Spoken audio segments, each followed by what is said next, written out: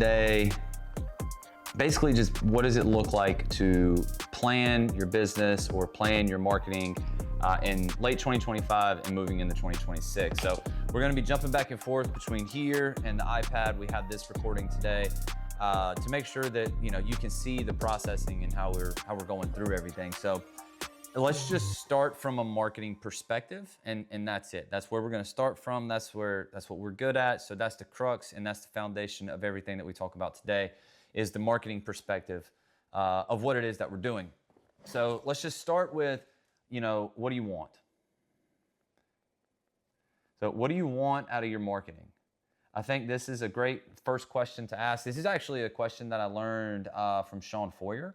I know it sounds weird to say that you learned a question from somebody, but I actually learned this from him when we were talking about, moving forward in our business. He goes, well, what do you want out of your business and out of your life? So I think this is a great question to also ask when it comes to your marketing. What do you want out of it?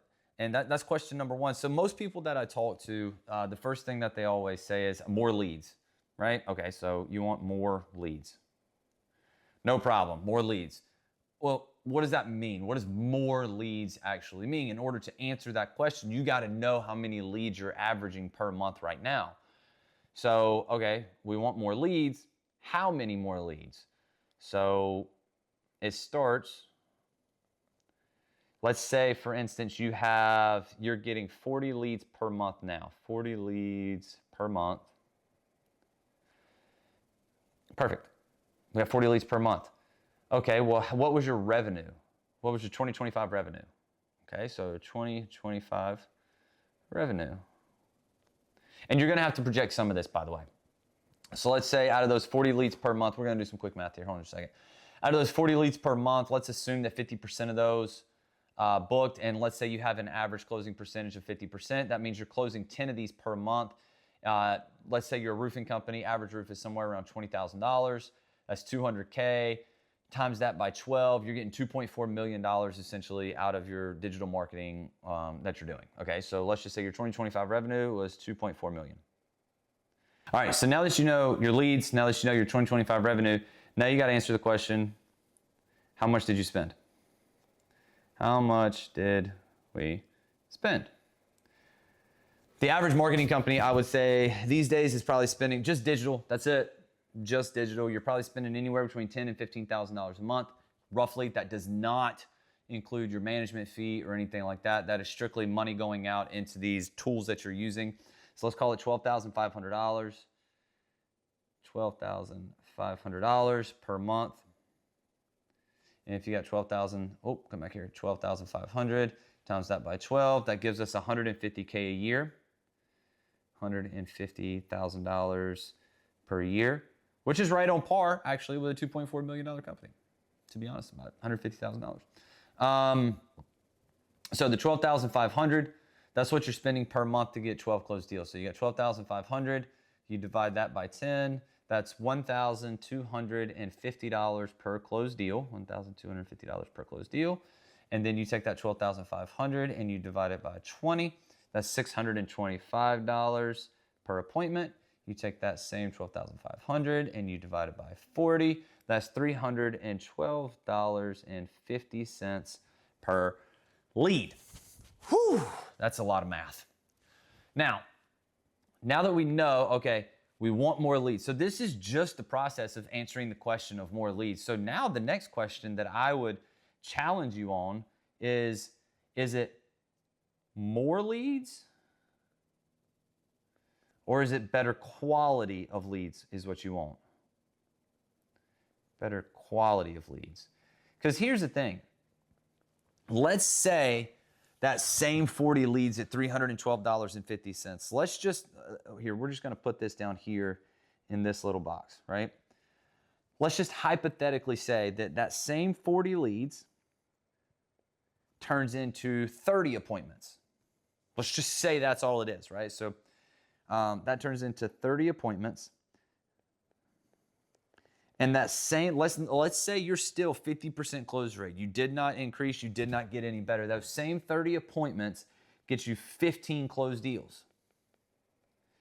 So now just with the 15 closed deals times the $20,000 average roof cost. Now we're at $300,000 instead of $200,000 per month.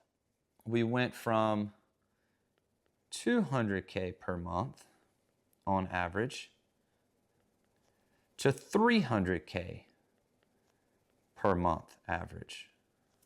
See what I'm doing here? Now, that's all we did. We just increased the appointment set by 10. That's it. With better quality leads, we didn't change how much money we spent. That stays the same, that stays the same, that stays the same.